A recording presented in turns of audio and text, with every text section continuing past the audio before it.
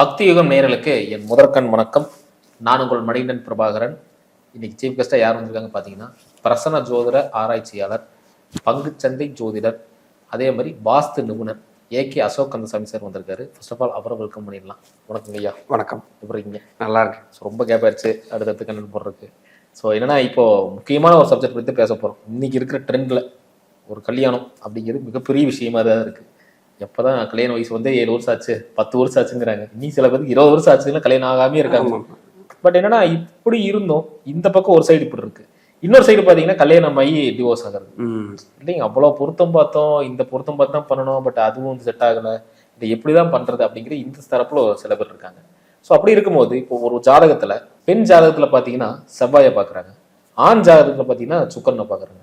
எதுக்காக அது மாதிரி பார்க்குறாங்க, அதை பற்றி கொஞ்சம் சொல்லுங்கய்யா. ஃபர்ஸ்ட் வந்து பார்த்துட்டிங்கன்னா, எந்த ராசி எந்த லக்கணக்காரர்களாக இருந்தாலும் ஒரு பெண்ணுடைய ஜாதகத்தில் செவ்வாய்ங்கிற ஒரு காரகம் அவங்களுடைய கணவரை குறிக்கிறது. அதே போல் தான் ஆணுடைய ஜாதகத்திலையும் எந்த ராசி எந்த லக்கணமாக இருந்தாலும் சுக்கிரனுங்கிறது மனைவியை குறிக்கக்கூடிய ஒரு காரகம்.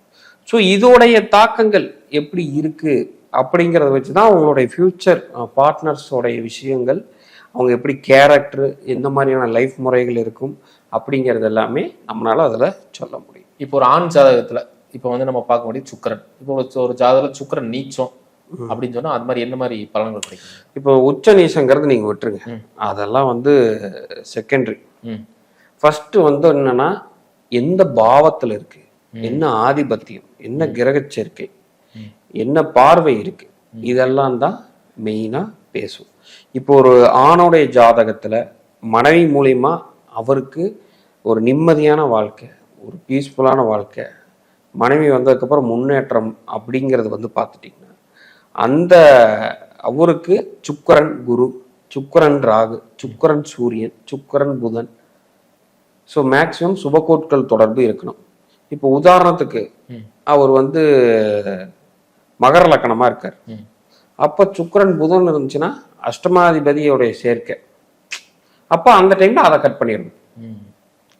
அதுக்கு மட்டும் நம்ம லக்ன ராசி இருப்பாங்க, புரியுதுங்களா? அஷ்டமாதிபதியோடைய சேர்க்கை இருக்கக்கூடாது, பாதகாதிபதியோடைய சேர்க்கை இருக்கக்கூடாது, மற்றபடி சுபக்கோட்கள் தொடர்பு இருக்கு, ராகு சம்பந்தப்படுது.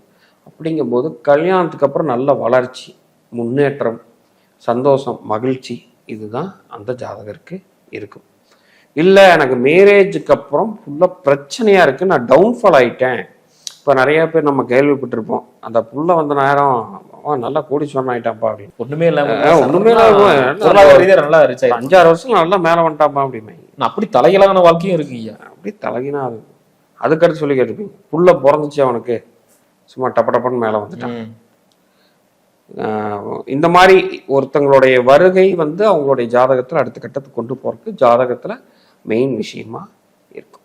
ஸோ இது வந்து ஒரு ஆணுக்கு வந்து லைஃப் நல்லா இல்லை. இது வந்து பார்த்தீங்கன்னா நல்லா இல்லாதது, கொஞ்சம் கவனமாக இருக்கக்கூடியது, இல்லை மேரேஜ் வாழ்க்கையை புரட்டி போட்டது அப்படின்னு பார்த்தீங்கன்னா, சுக்கிரன் கேது சேர்க்கை, சுக்கிரன் சனி கேது சேர்க்கை, சுக்கிரன் அஷ்டமாதிபதியோட சேர்ந்து கேது வர்றது, சனி வர்றது, பாதகாதிபதியோட சேர்க்கை, அஷ்டமாதிபதியோட சேர்க்கை இருக்கிறது, இதெல்லாம் ஒரு மனிதனை வந்து அழிச்சிரும்.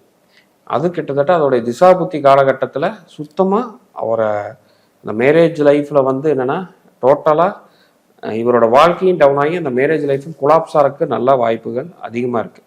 இதில் நம்ம எக்ஸ்ட்ரா ஒன்று பலத்தை எடுத்துக்கணும்னா 7ஆம் பாவத்தை எடுத்துக்கணும். இப்போ 7ஆம் பாவம் ஸ்ட்ராங்காக இருக்குது, பாவாதி மட்டும் வீக்காக இருக்குன்னா பிரச்சனை வந்தாலும் சேர்ந்துருவாங்க. நிறையா நீங்கள் பார்த்துருப்பீங்க, பிரச்சனை வரும் மறுபடியும் சேர்ந்துருவாங்க, மறுபடியும் பிரச்சனை வருவாங்க சேர்ந்துருவாங்க, இந்த மாதிரி கப்புள்ஸ் இருக்காங்க.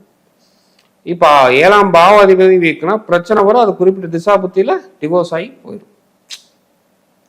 புரியுதுங்களா? இது வந்து ஒரு ஆணுடைய ஜாதகத்தில். இப்போ பெண்ணுடைய ஜாதகத்தை எடுத்துட்டோம்னா செவ்வாயும் 7ஆம் பாவமும் 7ஆம் பாவாதிபதி. இப்போ செவ்வாயோட சுபகோட்களுடைய தொடர்பு இருக்கும் பட்சத்தில் கணவர் வந்து ரொம்ப வந்து ஒரு பீஸ்ஃபுல்லான லைஃபாக இருக்கும். அவங்க மேரேஜ் பண்ணதுக்கப்புறம் கணவர் மூலிமா எல்லா சப்போர்ட்டும், எல்லா ஒரு மேரேஜ் லைஃப்பில் என்னென்ன தேவையோ அனைத்து சந்தோஷத்தையும் அவங்க அனுபவித்து வாழ்க்கையை நல்லபடியாக கொண்டு போகிறதுக்கான சூழல்கள் எல்லாமே 100% இருக்கும். இல்லை செவ்வாயுடைய சனிக்கேது, செவ்வாய் என்ற பாவங்கள் வந்து பார்த்தீங்கன்னா 7க்கு 4, 8, 12, 7ஆம் பாவத்துக்கு 4, 8, 12 மறைஞ்சிருக்கிறது. ரெண்டாவது அது